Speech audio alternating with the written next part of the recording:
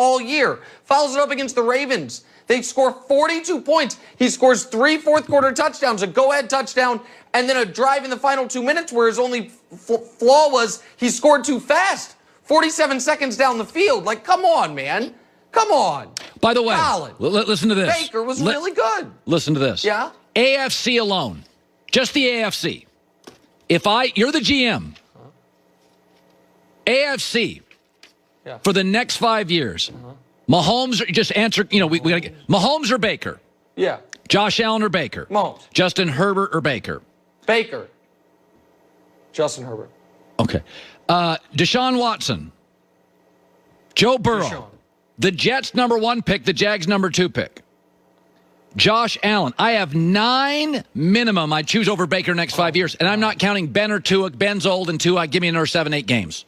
That's all I'm saying. I mean, again, okay. He's got the best offensive line. He's got a fortress of offensive talent. He lost Monday. I mean, what do you want from me? I scored 42 points. What I want from you is common sense. He scored 42 points. We're blaming him? Okay. Hey, hold on. And you said Josh Allen. Are we going to be able to talk about the Bills? Are we going to be able to do that? Let's do it right now. Let's segue to this. Is that I have never bought into this nonsense with the record. By the way, I have been saying last 6 weeks, Pittsburgh's not that good. I don't care they're undefeated. And by the way, I said last year with the Patriots, end of the year, I'm like, they're not good. They're the slowest team in the league. Right now this morning, Buffalo is better offensively in the red zone. Buffalo is better defensively. Buffalo's getting fewer penalties. Buffalo is trending better. Than who? Than Kansas City. Than who? Better than who? Kansas City. Oh, my God. What? I'm wrong. You didn't say that. No, they're number You're one in wrong. my... Yes. They're the better team today. Yeah, you're wrong. No, they're not. And in fact, you know what? I can't even put you... I have too much love, respect, and adoration for you to actually try to do a Kansas City versus the Bills debate because it's too galaxy brain insane. So I'm going to do something much more straightforward. I'm going to test your mettle on how much you believe in the best team in football, the Buffalo Bills. I'm ready for it. So I'd like to make a wager. I'd like to make a wager with you, Colin. Let's set the Bills' playoff victory over/under at 1. Meaning, if they win 0 playoff games, I win. And if they win 2 or more, you win. 1 is a push. That would be the stakes. I only win if they don't win a single playoff game.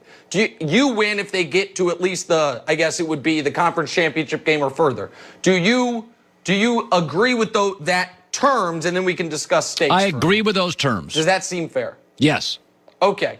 I'm so glad you said yes.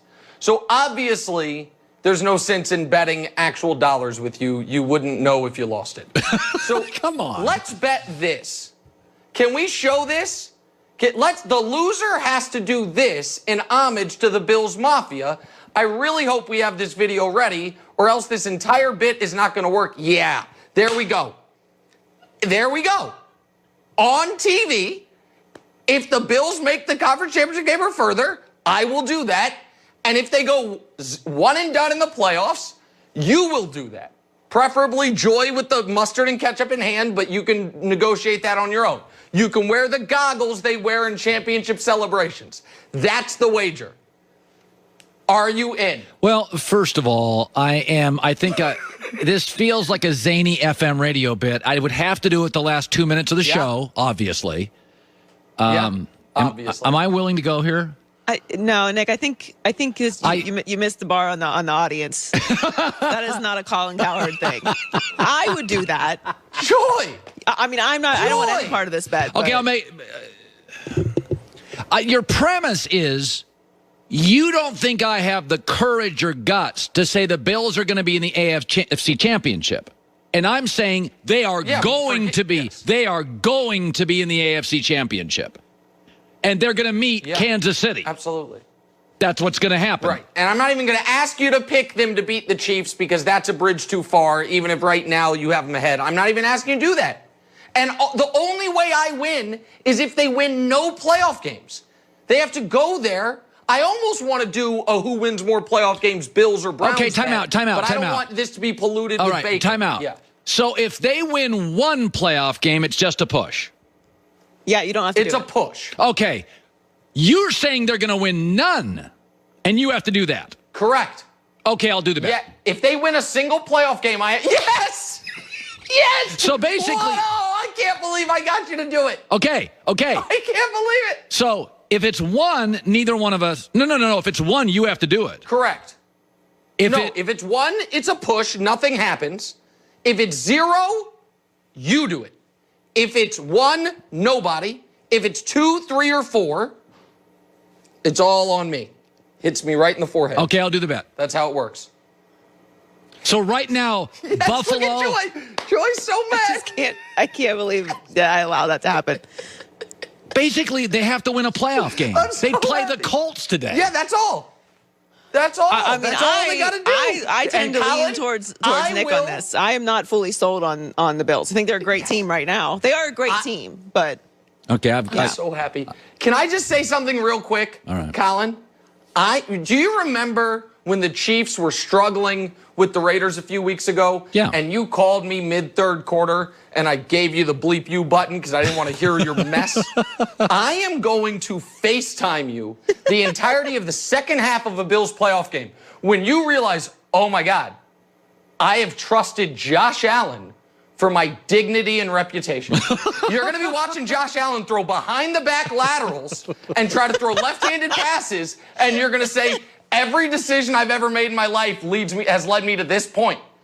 Mustard being sprayed in my eyes. All right. I'm so happy right now. All right, Nick Wright. Yes. I'll get be honest with you. Talk to you later. Talk to you later. Look at it. That's going to be Colin. Yes. I need I'm Buffalo so happy. to beat the Colts at home. I would Yeah. not have made that bet. Do Okay. you know the only way it's better? Oh, I'm gone now. Yeah, I don't know if I'm still in the air. you are, Nick. The only way it's still better is if they play the Browns. Can you imagine if it's Baker who does it to him? Oh my God! I said I wouldn't. I participate in zany FM shenanigans like that, and I wouldn't have done that. All right, I'm way late. I got to take a break. Back in a second. Turn on the news. This is the Herdline News. Jalen Hurts rushed for 106 yards in his first game as starting quarterback. A big part of Hurts' success was his ability to make plays with his legs, and Doug Peterson said that defenses often have trouble adjusting to a mobile quarterback. A lot of times they don't account for him. Anytime you can create a passing lane and you got a quarterback that can push up in the pocket and then separate from there, it just stresses the defense. And so that's where some of the big plays, can really show up. It's kind of what you were saying with the Saints. I thought Brian Baldinger's a former NFL player, NFL Network. He goes online and does these videos, and he really teaches me football. He had one yesterday on Lamar Jackson that was so good. And they ran this play twice, and nobody accounted for Lamar. And they made it look different. And Brian does, I don't know Brian, but he does a great job of breaking down film. And it's the point is football defenses aren't designed to defend a great athlete at quarterback because they want to double a receiver. There's certain situational areas where if a quarterback's fast, we don't have a defensive player who matches up. He's matched up on the receivers. And traditionally, the best athlete does not play quarterback. So that's why the league is becoming more of a scoring league. Rules, and you don't really want to have to face a quarterback who's faster than your safeties, linebackers, and corners.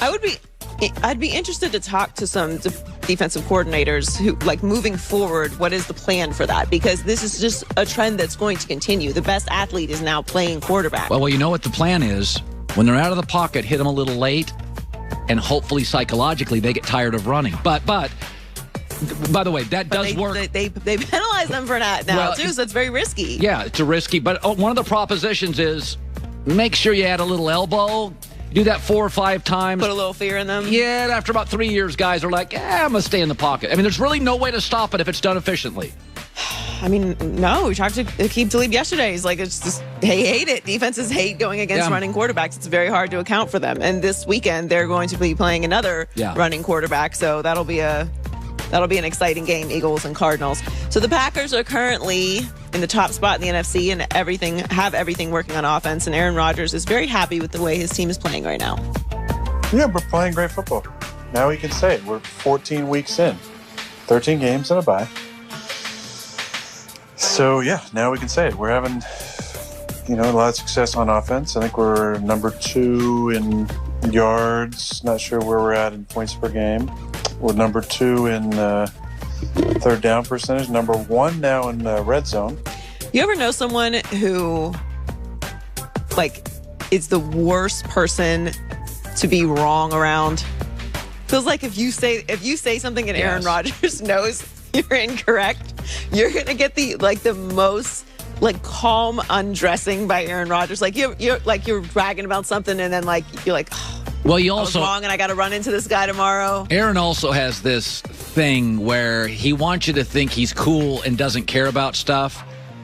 But he went on to talk about the GOAT thing, and he's got it all in his head. He just wants you to think he doesn't care about. When people say they don't care about stuff, they care more than they're willing to let on they care about stuff. Yeah, I mean, if you don't care about something, you just simply don't talk about it. The idea that Aaron wouldn't care about some GOAT conversations, well, he's in some of those, so of course he cares. And as he should. Yes. He's somebody who's going to leave